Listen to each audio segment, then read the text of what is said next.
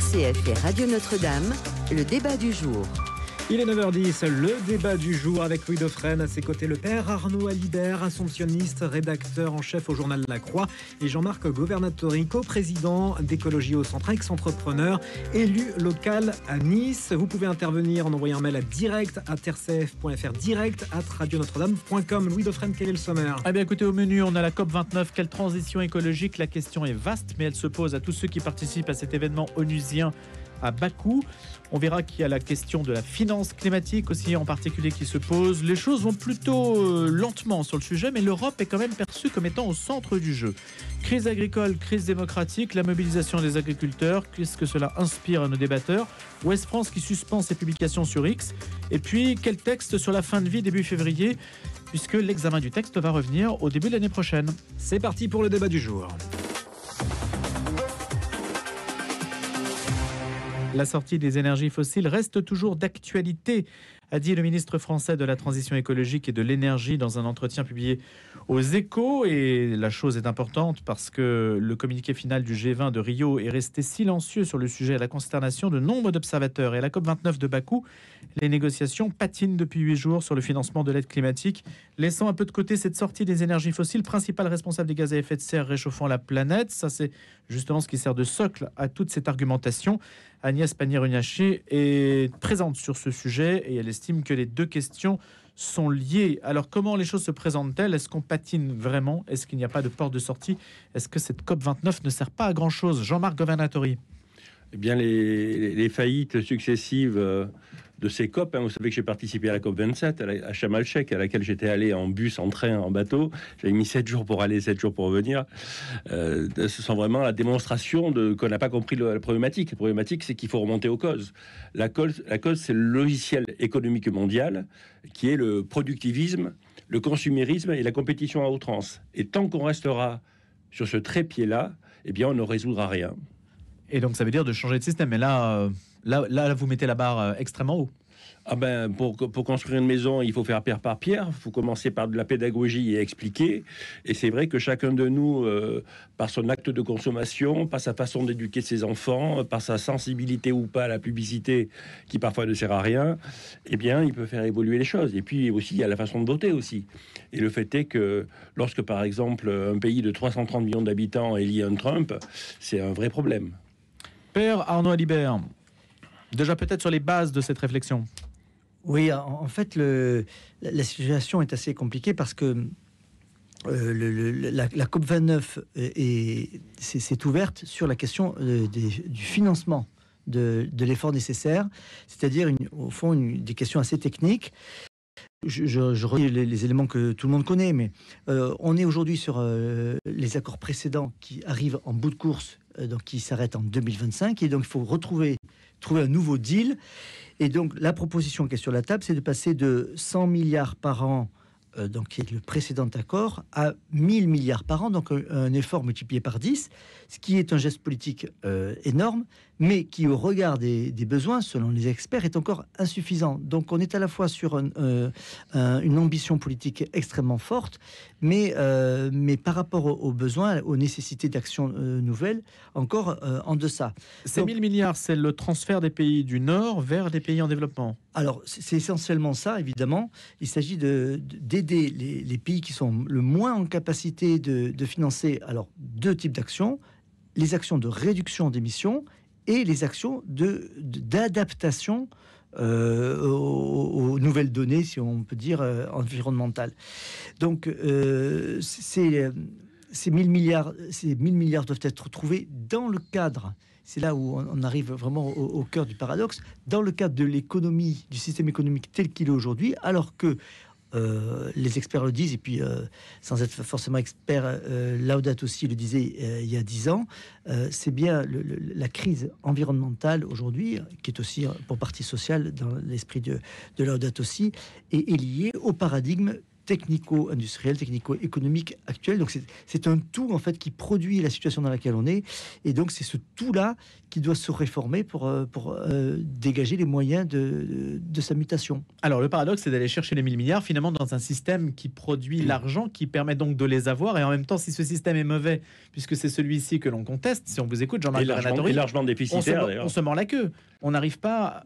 Qu'est-ce que vous pensez quand même de la direction prise x10 pour les pays en développement pour qu'ils s'adaptent à cette transition? D'une part, ça ne se passera pas.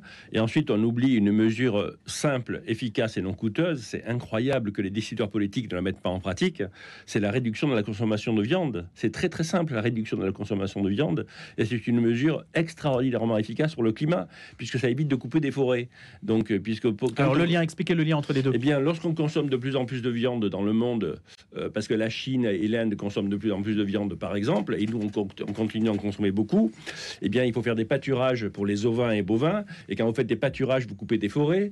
Résultat des courses, chaque année, nous perdons 6 millions d'hectares de forêt. Un arbre émet de l'oxygène et capte du CO2. Donc, il faut absolument réduire la consommation de viande, et c'est très efficace pour le climat. Et ça, c'est une décision qui est, vous dites, facile à prendre. C'est totalement facile à prendre que les décideurs politiques locaux et internationaux mettent l'option végétarienne quotidienne. Je dis bien une option, parce que nous, on tient beaucoup au libre arbitre. Donc, l'option quotidienne végétarienne, donc dans toutes les écoles, etc., et les préfectures, les régions, etc., etc. Et par exemple, ce qui est incroyable, c'est que chaque fois qu'il y a un dîner officiel, par exemple, il y a toujours des homards, du sanglier. Et si, par exemple, M. Macron, lorsqu'il reçoit un chef d'État, il fait un menu végétarien, ça fait des économies pour la France, et symboliquement c'est très fort, parce qu'il y a réellement un problème climatique dont une des causes est la consommation de viande. C'est comme ça. Père-Noël Libert. Je ne sais pas si c'est facile, je pense que là on touche à des éléments extrêmement culturels. C'est concret en tout cas. C'est concret. Mais je pense qu'il y a des sociétés, des cultures qui ne sont pas du tout prêtes à envisager ce genre d'intervention, de décision nationale ou supranationale jusque dans leur assiette. Donc je suis un petit peu moins optimiste que vous. Et puis sur la question de la viande, il faudrait revoir. Vous savez, il y a des chercheurs qui disent que dans 100 000 ans ou dans 50 000 ans, quand on regardera notre ère, on dira c'est l'ère du poulet. Parce qu'on trouve des os de poulet partout dans le monde aujourd'hui. Or, la volaille a un impact environnemental qui est plus faible. Enfin, je ne suis pas expert. C'est vrai. Voilà. Vous avez raison. Donc là aussi, je pense qu'il faudrait peut-être envisager les choses. Mais c'est vrai que sur la question du financement de la grande mutation, 1000 milliards. 1000 milliards, c'est je redis, 1 milliard, c'est le nombre de secondes qui en 33 ans. Donc 1000 milliards, ce sont des sommes qu'on n'arrive pas à envisager.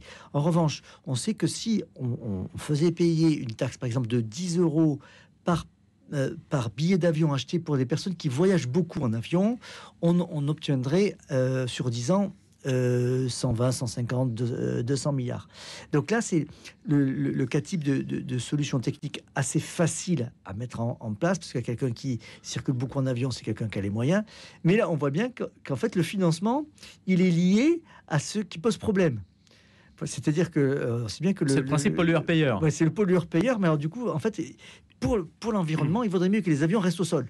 Sauf que ce n'est pas réaliste qu'ils restent au sol. Donc, je pense qu'on est sur... je pense et toutes les COP achoppent sur le même problème. Il faut trouver des solutions réalistes, c'est-à-dire qui sont des solutions de compromis entre la marche du monde telle qu'elle est aujourd'hui, avec ses fondamentaux, qui ne peuvent pas être changés comme on fait un virage à 90 degrés ou même à 180. Et puis, le but qu'il faut obtenir, c'est-à-dire... Vous savez, on risque de passer à plus de 1,5 degrés par rapport à l'ère pré-industrielle dès cette année. Donc, c'est une accélération de l'augmentation des températures autour du globe. Donc, il faut absolument agir. Et puis, les événements qu'on a sous les yeux nous montrent que c'est plus urgent. Il y avait l'Espagne, à Valence, il y a 15 jours. Ce dont on ne parle pas, mais on pourrait en parler, en tout cas dans notre journal La Croix, on en a parlé, c'est la sécheresse en Guyane. C'est une sécheresse absolument exceptionnelle. Et puis, pour montrer que les choses se font pas, il y a un pic de pollution aujourd'hui à New Delhi, donc avec des taux de particules fines de plus de 60 fois ce qui est admis par les instances internationales. Donc on voit bien qu'aujourd'hui, la marche du monde ne va pas, ou pas assez vite en tout cas, dans le sens de la solution du problème. Est-ce qu'il y a puisque vous vous situez, Jean-Marc Governatori, sur le terrain des comportements, est-ce qu'il y a là une manière plus simple de faire évoluer la chose est plus efficace? Parce que c'est vrai que quand on dit 1000 milliards, on a l'impression qu'on va être dilué dans des solutions plus ou moins technocratiques de transfert d'argent entre États sans savoir très bien où l'argent va atterrir ni dans quelle poche. Je fais pas de procès d'intention, mais on est dans une logique très onusienne et de politique publique qui échappe complètement au contrôle du citoyen. Vous semblez dire que ça n'est pas du tout sur ce terrain-là qu'il faille agir en priorité. Il y a des terrains plus efficaces. Il est clair qu'il y a beaucoup de modes de production qui sont polluants et par conséquent nocifs pour la santé. Et pour nous, la santé, c'est la base de tout. D'une part, en coût financier, 10 000 milliards de dollars par an et 300 milliards d'euros rien que pour la France, le coût de la maladie en fait. Et donc la pollution a un impact là-dessus. Et par conséquent, au-delà de ce que j'exprimais sur la réduction de la consommation de viande, ce qui est incroyable, c'est l'absence d'économie circulaire. On est toujours dans une économie décidée par les décideurs politiques et décidée par le consommateur final, où il faut acheter neuf. Eh bien, c'est pas possible sur Terre, puisque la planète, elle fait 12 800 km de diamètre. Donc, nous fonctionnons avec un stock fini de matières premières. Donc, il faut avoir une économie qui répare, qui recycle et qui réemploie. Il n'y a pas d'autre option durable de solution par rapport aux différents problèmes que vous exprimez, M. Dauphren. Ça passe par quel type d'habitude que l'on pourrait changer et que chacun pourrait s'approprier? C'est le décideur politique qui doit faire que dans chaque quartier de nos villes, il y ait des ressourceries, des recycleries. Il faut que le mot à la mode, ce soit réemploi, recyclage, réparation. Et non pas, je vais acheter mon portable tout neuf, et non pas, je vais acheter tout neuf. Ça sert à rien. Et on peut pas. La Terre ne peut pas. Et ça, alors je veux pas faire du c'était mieux avant, mais on pouvait réparer par exemple des produits électroménagers avant. C'est très difficile aujourd'hui. On vous envoie un neuf tout de suite. Ça coûte moins cher d'avoir un neuf que de le faire réparer. C'est vrai. L'hyperconsumérisme, c'est incompatible avec les stocks de matières premières de la planète, et c'est incompatible avec le pouvoir d'achat, parce que la raréfaction des matières premières fait qu'un produit demandé va être de plus en plus rare, donc de plus en plus cher. Donc structurellement, nous allons agresser le pouvoir d'achat des personnes. Père Arnaud Alibert. Oui, vous avez prononcé un mot qui me paraît tout à fait juste, Jean-Marc Governatori, c'est la question politique. En fait, je pense qu'aujourd'hui, la principale menace qui pèse sur la COP29, c'est la question politique. C'est-à-dire qu'il y a un désaccord politique profond des nations. Aujourd'hui, il n'y a plus de consensus politique sur l'envie de créer un monde pacifique, habitable pour tous. C'est-à-dire que la logique isolationniste et la logique finalement de rivalité entre des blocs qui sont pas vraiment des blocs, parce qu'en tout cas géographiquement, les unions sont parfois presque comme des mosaïques. En fait, c'est un peu florentin tout ça, mais en fait, il y a des rivalités entre les puissances et qui font que aujourd'hui, le consensus est loin d'être. Mais alors, par quel bout prendre la question? On observe, on attend de voir. C'est vrai que la COP29 l'a fini le 22 novembre, donc dans 2 jours, on verra bien si j'y arrive. Mais vous voyez que un pays comme la France, qui a porté la COP de Paris, qui est quand même très engagé politiquement sur cette question, n'envoie même pas de ministre parce que le pays hôte a des positions politiques extrêmement dures contre l'Occident et contre la France en particulier, donc sur la question de l'Arménie, qui soutient les indépendantismes, y compris en Nouvelle-Calédonie, on l'avait vu, la Guadeloupe, on le découvre, etc. Donc, donc le rôle de l'Azerbaïdjan. Voilà, ça pose énormément de problèmes. On voit bien que les décideurs politiques peuvent pas faire comme si cela n'existait pas.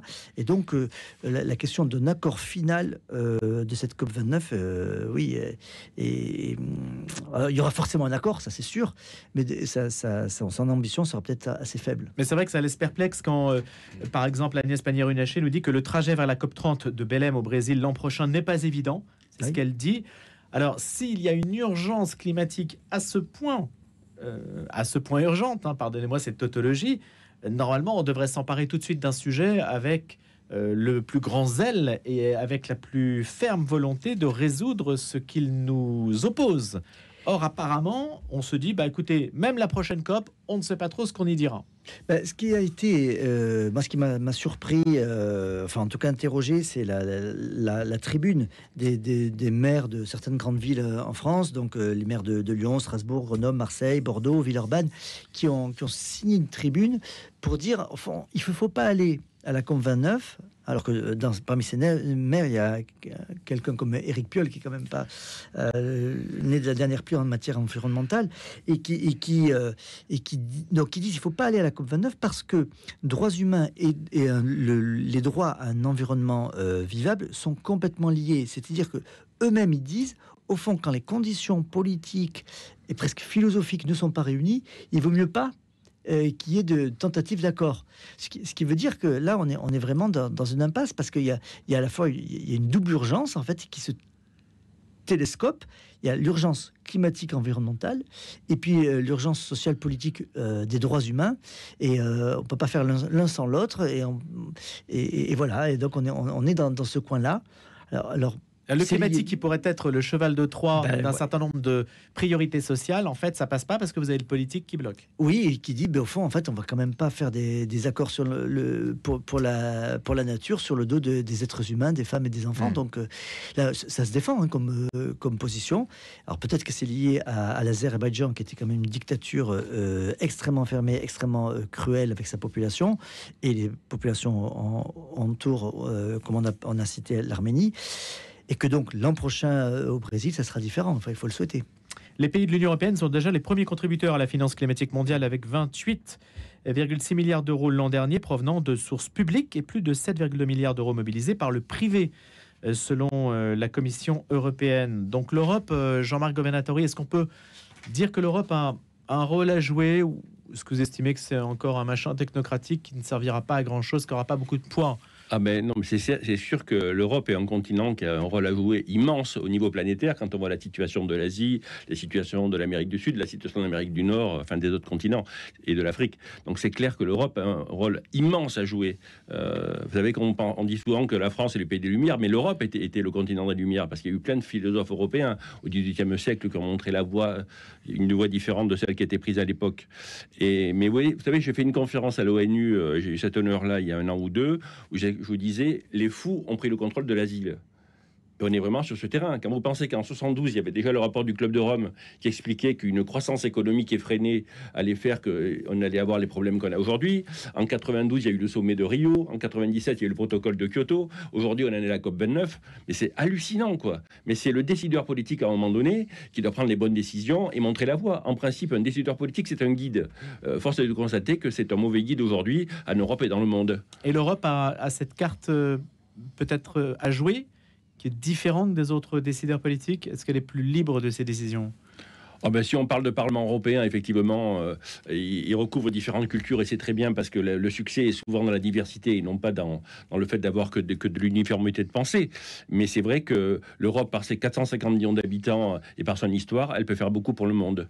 Maintenant, c'est vrai que démographiquement parlant, ce n'est pas la puissance montante. En taux de natalité, c'est exact. En population, on reste à la 3e ou 4e population mondiale. Jean-Marc Governatori et le père Arnaud Alibert. La suite de ce grand débat, ce débat du jour, c'est juste après un point sur l'actualité qui arrive dans quelques instants. L'aide à l'église en détresse rend hommage aux martyrs lors de la nuit des témoins. Ils viennent du Burkina Faso, pays frappé par les djihadistes, d'Arménie où plus de 120 000 chrétiens ont fui leur terre, et du Pakistan où les lois anti-blasphème créent un climat de peur. Venez à leur rencontre le vendredi 22 novembre à 20h à l'église de la Trinité. Venez prier avec eux et pour eux. Venez à la nuit des témoins. Renseignements sur aed-france.org. Représentation théâtrale. Acadia, le diable au désert d'Adrien Candiard. À partir du 2 décembre, tous les lundis à 12h30 et 20h. Chapelle Notre-Dame des Anges, 104 rue de Vaugirard, Paris. Spectacle de Francesco Agnello, Acadia, le diable au désert d'Adrien Candiard. Écoute dans la nuit. Frédéric Join. sauver nos églises alors qu'elles se vident. Depuis 1931, les chantiers du Cardinal ont érigé plus de 300 églises partout sur le territoire et seulement pour l'Île-de-France, ce sont 8 églises qui ont vu le jour entre 2015 et 2018. À l'heure où l'on parle souvent de destruction, de désacralisation, de désaffection, il est peut-être temps de redire l'énergie vivifiante de ces églises nouvelles. Venez partager vos réflexions ce soir dans Écoute dans la nuit de 21h à 22h30.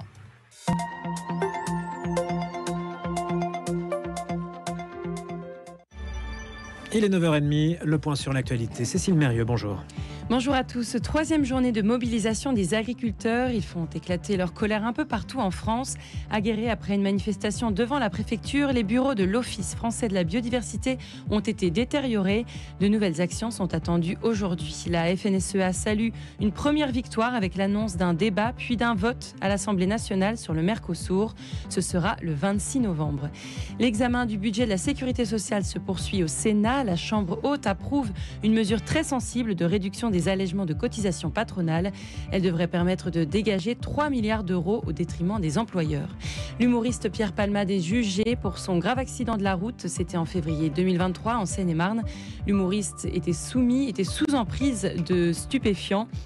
Outre le comédien, l'accident a fait 3 blessés graves dans la voiture qui l'a percuté, dont une femme enceinte qui a perdu le bébé qu'elle attendait. La Russie a promis une réponse appropriée à l'attaque sur son territoire menée par Kiev avec des missiles américains.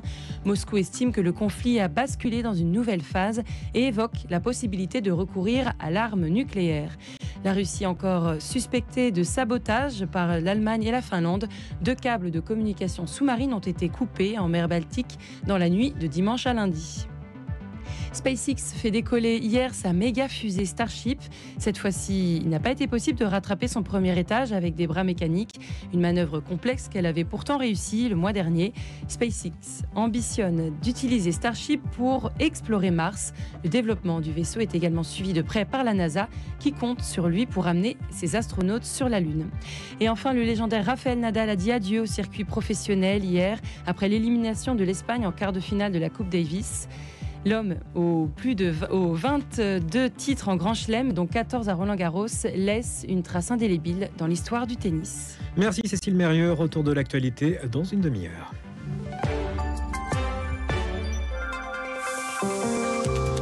Le débat du jour, seconde partie, autour de Louis Dauphren, le père Arnaud Alibert, assomptionniste, rédacteur en chef au journal La Croix, et Jean-Marc Governatori, coprésident d'Écologie au Centre, ex-entrepreneur et élu local à Nice. Tout se tient en fait, du climat à l'agriculture. On va à présent parler de la mobilisation des paysans. France, veux-tu encore de tes paysans? C'est le cri de colère qui résonne du Var au Calvados. Partout où l'Alliance syndicale majoritaire FNSEA, JA, Jeunes agriculteurs, a lancé plus de 80 actions symboliques. Prélude à ce nouveau cycle de mobilisation, moins d'un an après la mobilisation historique dans les campagnes. Comment d'ailleurs peut-on laisser dériver un tel mouvement vers des formes de mobilisation qui montrent qu'il n'y a pas de dialogue avec les autorités? Ça, c'est une question aussi qu'on peut se poser. Pourquoi ces manifestations et pourquoi ce cri de détresse dans un désert, non pas médiatique, mais un désert un petit peu politique? C'est une question qu'on peut poser déjà au père Arnaud Alibert. Comment interprète-t-il cette situation? C'est complexe. En tout cas, ce qu'on voit, c'est qu'il y a une mobilisation de terrain avec une parole qui est dite dans la rue, comme si les canaux habituels ne suffisaient pas. Je ne dis pas qu'ils ne fonctionnent pas, sans doute ils fonctionnent. Il y a toujours eu un lien très fort entre les agriculteurs et le pouvoir politique.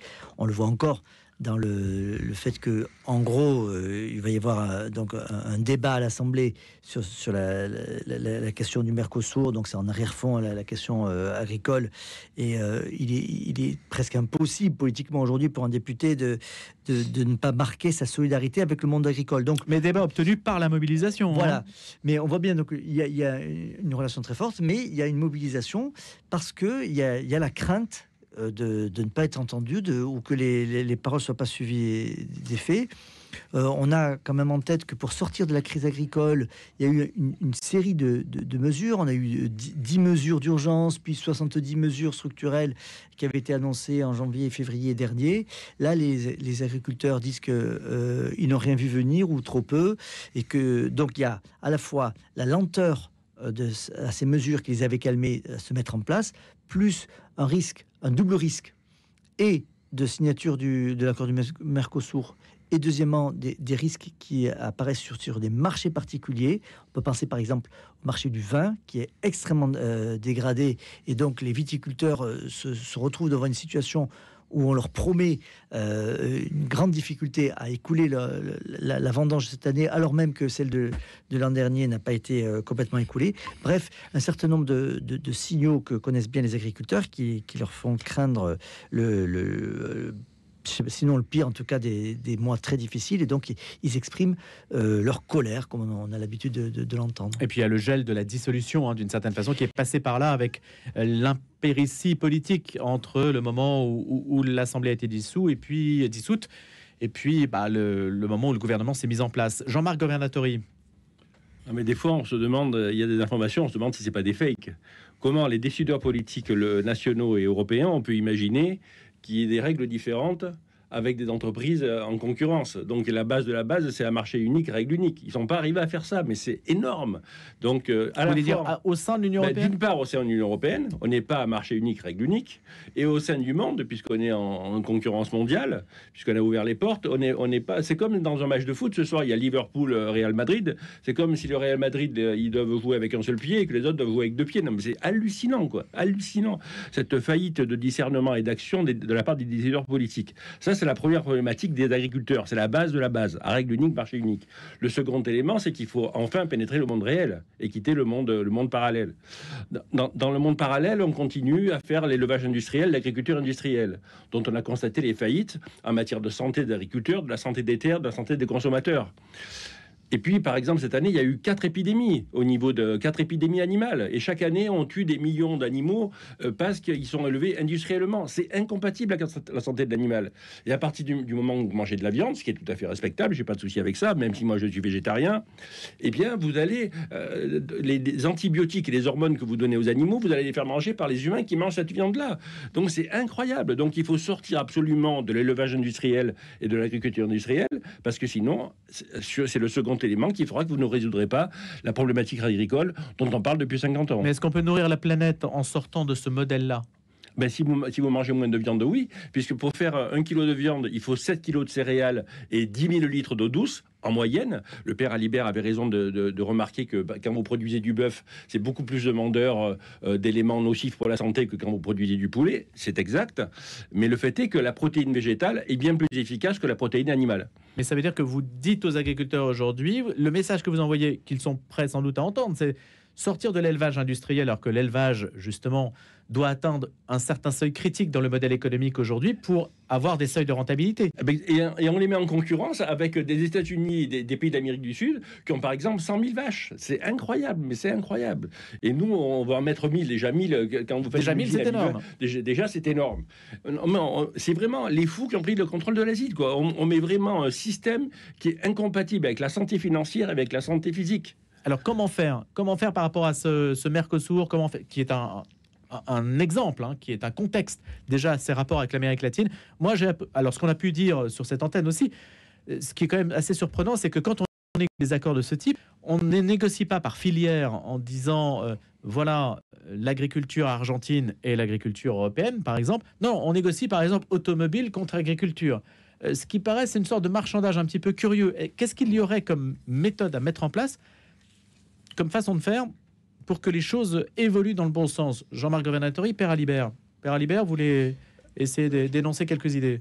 Oui, en fait, donc là, il y a manifestement un conflit d'intérêts. Et donc, pour le pouvoir politique, le but, enfin la charge politique, la noblesse du politique, c'est d'essayer de dégager l'intérêt général dans une situation de conflit d'intérêts particulier. Moi, je vois en fait trois questions, trois enjeux démocratiques, puisque c'était ça le sens de votre question. Il y a d'abord un premier enjeu tout simple et qu'on voit dans la rue aujourd'hui, qu'on voit avec les manifestations, c'est celui de l'art de protester. Je veux dire, les agriculteurs sont très en colère, ils se sentent menacés. Est-ce que cette menace, cette colère justifie des actions? Alors, les actions de manifestation, incontestablement, oui, les préfets les ont permises.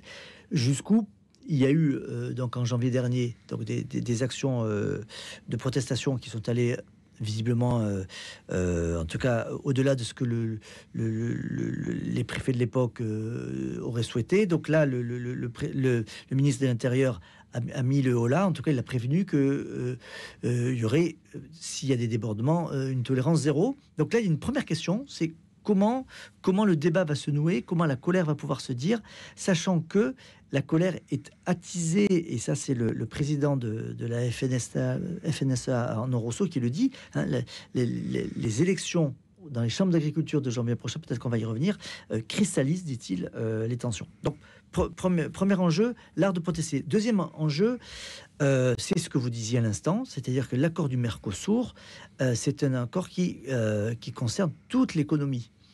Donc, dire on ne veut pas de cet accord, c'est donc pour protéger les agriculteurs, c'est de même coup pénaliser d'autres secteurs de notre économie qui ont besoin.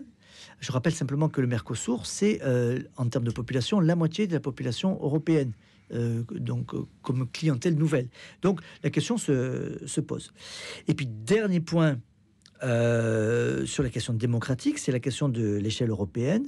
Donc aujourd'hui la France est quand même isolée, même si elle dit qu'elle n'est pas isolée, que l'Italie est prête à la rejoindre, etc. Globalement, on peut regarder que la France est seule un peu dans sa ligne. Il n'y a pas de veto français. La construction européenne s'est faite sur des compromis, c'est-à-dire sur des solutions où il n'y a pas vraiment de gagnant, ou en tout cas on ne gagne pas sur tous les tableaux. Donc est-ce que la France va aller vers une solution où elle ne va pas gagner sur tous les tableaux, et est-ce que le tableau où elle va perdre, ça sera l'agriculture? Ça, c'est toute la question. Prête à sacrifier ses agriculteurs d'une certaine façon. Ou certains de ces agriculteurs, parce qu'il y en a qui vont y gagner quand même. C'est vrai, les viticulteurs et les producteurs laitiers, ils gagneront, c'est exact. Ouais. Viticulteurs, producteurs laitiers. Ouais. Et ceux qui perdront, ben, c'est tous les autres. Et puis ce qui perdront, c'est le fait qu'on va devoir transporter. Donc, quand on transporte, on pollue malheureusement. Et par ailleurs, c'est sûr que la voiture électrique a sa part de responsabilité, et personne ne le sait, parce que dans cet accord-là, il y a le fait que nous n'avons pas de métaux rares. Vous savez moi, je suis totalement opposé à la voiture électrique, qui est une batterie électrique, et par conséquent du manganèse, du cobalt et du nickel et du lithium. Qu'on n'a pas ou peu. On a un petit peu de lithium allié, paraît-il. Mais dans l'accord en question avec le Mercosur, il y a donc le fait qu'à l'Amérique du Sud, avec des pays comme l'Argentine ou le Pérou, ils vont nous livrer des métaux rares. Et donc, vous voyez, le choix de la voiture électrique a un impact sur l'agriculture française, parce que tout est lié. Et parce qu'on est parti aussi de cette erreur-là. Ce qui prouve bien, d'ailleurs, que l'accord final, ça sera donc un compromis. Et donc, il ne faut pas vendre, à mon avis, il ne faut pas vendre aux Français et aux Européens le rêve que tout le monde sera gagnant. Il y aura forcément des secteurs qui seront plus impactés négativement par l'accord que d'autres. Ça, c'est certain. C'est vrai. On va parler à présent du quotidien régional Ouest France, qui est concerné par toute l'actualité, bien sûr, mais on sait que le Grand Ouest, qui va grosso modo de La Rochelle à la Seine-Maritime, avec toutes ces éditions, c'est beaucoup d'exemplaires encore Ouest France, 400 000 quotidiens et puis 200 000 abonnés numériques. Eh bien, il renonce, le premier titre en France, c'est son titre de gloire, si on peut dire, il renonce à publier sur le réseau social X, propriété du milliardaire américain Elon Musk, suivant l'exemple de plusieurs autres médias européens. Qu'en pensez-vous d'abord, vous, Père Arnaud Libert, vous qui êtes rédacteur en chef à La Croix? Alors, effectivement, le Guardian au Royaume-Uni, la Vanguardia, qui est le 4e journal en Espagne, ont décidé de suspendre. Alors, d'abord, je constate que c'est extrêmement complexe, et que donc la suspension, c'est pas la suppression. C'est-à-dire qu'il y a sans doute dans l'idée de ne pas supprimer le compte la volonté de se protéger de risque juridique de voir son compte ou son nom récupéré par quelqu'un d'autre. Donc suspendre, ça veut dire arrêter de publier. Est-ce que ça veut dire arrêter de lire? Est-ce que les journalistes du Guardian ou de Ouest France ne liront plus ce qui se passe sur X? Ça, je ne sais pas. Enfin, en tout cas, le fait déclencheur, c'est l'élection de Trump à la présidence, qui prend avec lui Elon Musk.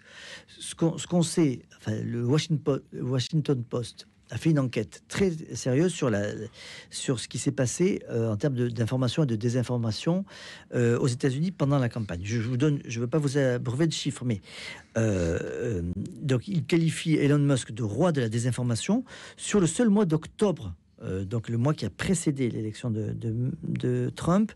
Elon Musk a fait 3000 posts sur son réseau, c'est-à-dire en moyenne 100 par jour. Et le Washington Post les a regardés à la loupe, si j'ose dire. Donc je fais confiance à nos confrères du Washington Post.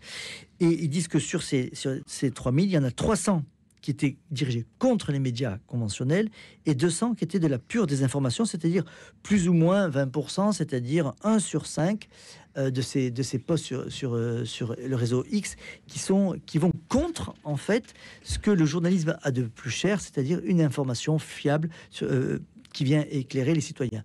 Donc c'est en raison de cette attitude de Elon Musk, le patron de X, qui était une attitude jugée hostile en fait à la déontologie journalistique, que les journaux se désengagent.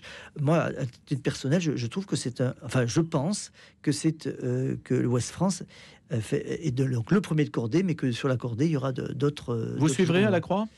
Moi, à titre personnel, oui. Donc je l'ai annoncé, je suspendrai mon compte le 21 janvier, le jour de l'entrée en fonction de Trump à la Maison Blanche. Sur le journal, je ne sais pas pourquoi, parce que il faut trouver une stratégie de contournement. C'est-à-dire qu'aujourd'hui, le réseau X, pour que nos auditeurs le sachent, c'est un réseau qui est très utilisé, très utile pour l'échange d'informations entre journalistes et responsables, une information qui n'est pas toujours facile à trouver, et donc l'activité journalistique aujourd'hui passe aussi par des informations recueillies sur ce réseau-là. Donc c'est un peu compliqué de dire à brûle-pourpain tout de suite je vais avoir les mains pures en allant pleurer sur X. On risque d'avoir les mains propres, mais plus de mains du tout. Donc il faut bien trouver une stratégie alternative, et donc on va voir ce que Ouest France va faire. Comment y être sans y être, hein, c'est toute la question. Voilà. Bon, en tout cas, allez-y, Jean-Marc C'est encore Governatori. une preuve que la diversité médiatique est capitale pour le bien commun. Et en l'occurrence, Ouest France, c'est extraordinaire. Vous savez que c'était ce premier quotidien français ne donnait pas de sondage dans les 6 mois précédant l'élection, parce que la direction avait compris que ça influençait les lecteurs, que c'était pas juste. Et c'est encore Ouest France qui a fait l'évaluation des listes aux européennes et qui a observé que quand vous faisiez le rapport score présence médiatique, ma liste écologie au centre était la première de ces élections européennes. Alors décryptez, qu'est-ce que ça veut dire ? En fait, j'ai fini 11e.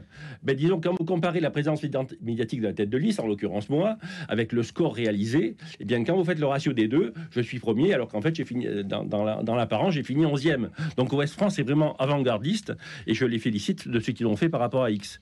Et donc X, alors sans blâmer nécessairement ce réseau social, on pourrait répondre, bah écoutez, c'est juste une plateforme qui n'est que ce que les gens y mettent. Voilà, si vous vous retirez, finalement, vous faites perdre à ceux qui pourraient vous lire une chance d'infléchir peut-être leur jugement sur tel ou tel aspect de l'actualité. Quand on se retire, bah, finalement, les absents ont toujours tort, Père, non ? Oui, alors ça, c'est le grand risque. Hein. La politique de la chaise vide profite à ceux qui sont à table. Donc, c'est sûr. Mais d'un autre côté, il y a... En fait, moi, ce que je pressens, c'est qu'il y a aujourd'hui d'autres plateformes possibles, alternatives à X, et que au fond, dire que les réseaux sociaux, les plateformes sont neutres, et qu'au fond, l'important, c'est ce qu'on met à la connaissance du public, ce n'est pas vrai, parce qu'en fait, quand on fait un post sur un réseau social, donc là, prenons en l'occurrence X, on est baigné dans un univers de sens, dans un univers d'échange d'informations qui lui-même n'est pas neutre, surtout s'il est alimenté, ou si les barrières à la désinformation ou les barrières, les filtres à la violence ne sont pas en place, comme c'est le cas pour X, puisque là c'est de notoriété publique. Elon Musk a libéralisé, il a supprimé beaucoup, enfin en tout cas bien diminué les barrières de contrôle de son réseau. Les modérateurs, même s'il s'en est défendu. Oui, il s'en est défendu, mais en fait, oui, il a le droit de se défendre, mais enfin, la réalité, c'est qu'il y a moins de modérateurs. Donc, quand on fait un post sur X, c'est pas un acte neutre. Donc, effectivement, si un certain nombre d'acteurs choisissent une autre plateforme qui a une autre déontologie, je pense que le débat public il gagnera. Oui, ça c'est pas neutre à mon avis. C'est toute la question. Jean-Marc Governatori. Le père Alibert a tout à fait raison. Je compléterai simplement en disant que dans la vie, il y a des situations où il n'y a que des mauvaises options, et donc il faut choisir la moins mauvaise. Et le fait que l'outil aujourd'hui nous contraint beaucoup, un smartphone, bon bah ça c'est ce que c'est, mais c'est par ce biais-là que l'on va s'informer, puis le papier va progressivement disparaître de notre quotidien. C'est-à-dire que on est obligé de se conformer aux outils dont on dispose. Le réseau social, c'est un outil, pourrait-on vous dire. Donc vous nous dites, effectivement, ça joue, hein, la manière de concevoir l'outil et d'être présent sur l'outil, parce que l'outil en tant que tel nous influence. Est-ce que vous voyez des plateformes, est-ce qu'il peut exister des plateformes vertueuses, ou est-ce que toutes ces plateformes, finalement, se ressemblent d'une manière ou d'une autre, parce que, justement, la contrainte de l'outil fait qu'on y dit à peu près les mêmes choses dans les mêmes termes? C'est pourquoi l'éducation numérique est capitale. La base d'un projet de société, vous savez que j'en ai écrit quelques-uns dans mes ouvrages, c'est vraiment une nouvelle éducation. Et c'est clair qu'au-delà de l'éducation à la santé, l'éducation à l'environnement, l'éducation numérique aujourd'hui est indispensable pour que l'individu regardant sache avoir le discernement pour discerner ce qui peut être juste et ce qui peut être faux. C'est toute la question de l'éducation numérique. Un mot là-dessus, Père Alibert? Oui, les plateformes vertueuses existent. Le problème, c'est qu'elles sont confidentielles. C'est-à-dire que échanger des informations, si on fait un post sur une plateforme vertueuse et que le post est lu par 3 personnes, voilà, on a en fait autant envoyer un SMS à son ami. Donc l'avantage de X aujourd'hui, c'est qu'il y a, alors il est espéré qu'il y ait 1 milliard d'utilisateurs. Il y en a, je crois, 250 millions. Enfin, je n'ai pas compté, hein. Mais c'est en gros l'ordre de grandeur aujourd'hui. Ça veut dire qu'un post potentiellement peut rejoindre un grand nombre de personnes.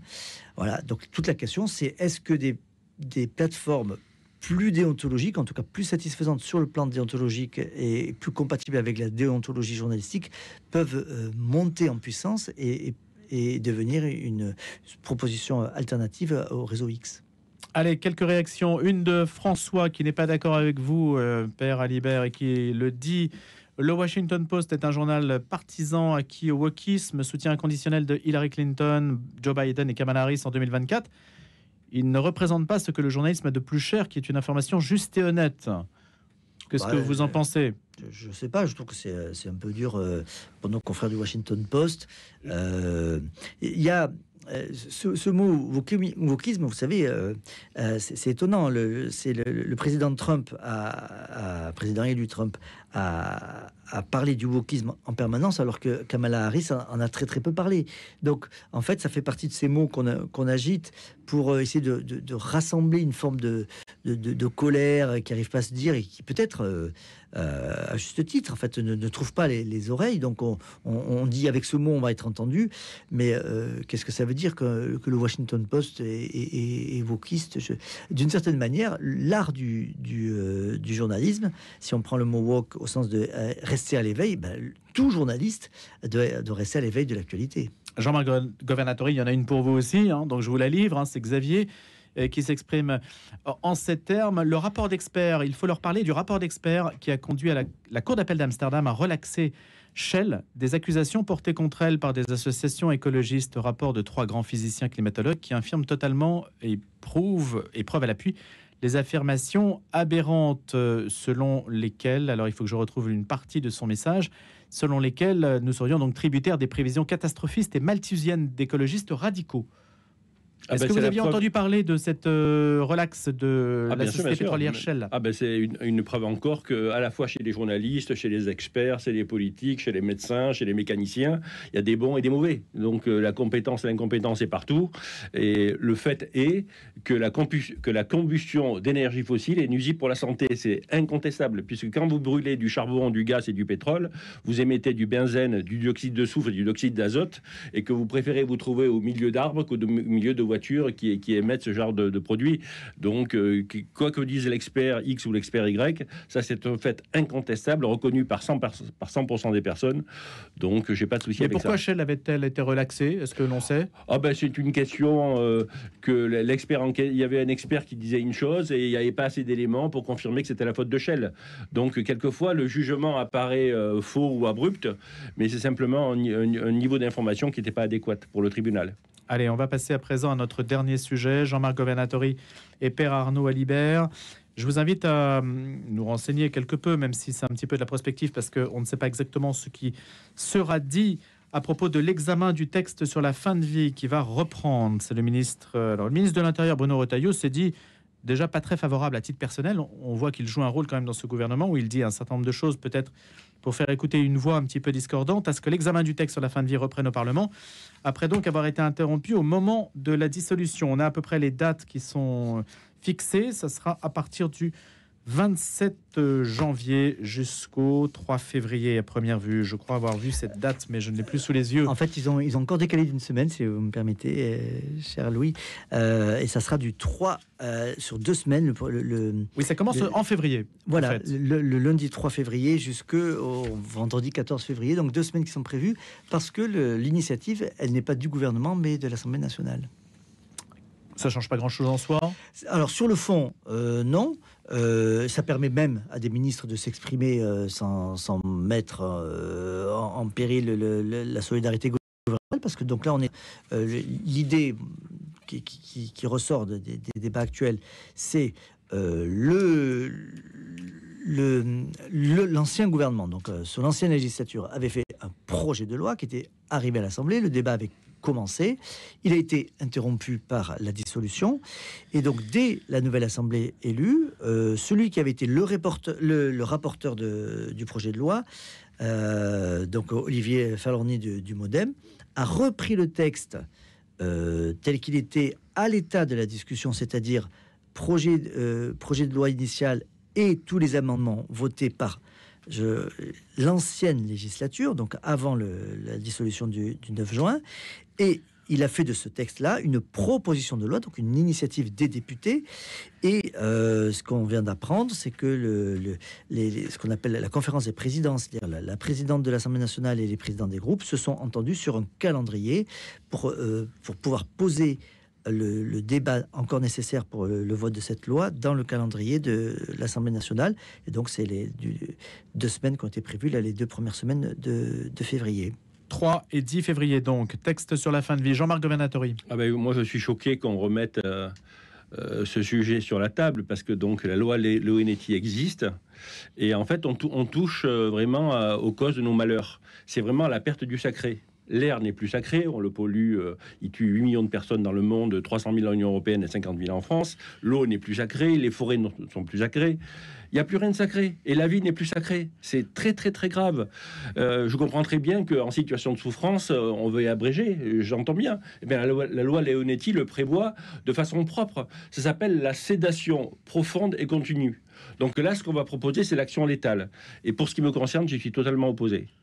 Vous dites que c'est un pas qu'on ne doit pas franchir? Certainement pas. Moralement parlant? Moralement parlant, et puis s'il n'y avait pas d'option, je dirais, bon, why not? Mais il y a la sédation profonde et continue. L'équilibre aujourd'hui vous semble satisfaisant?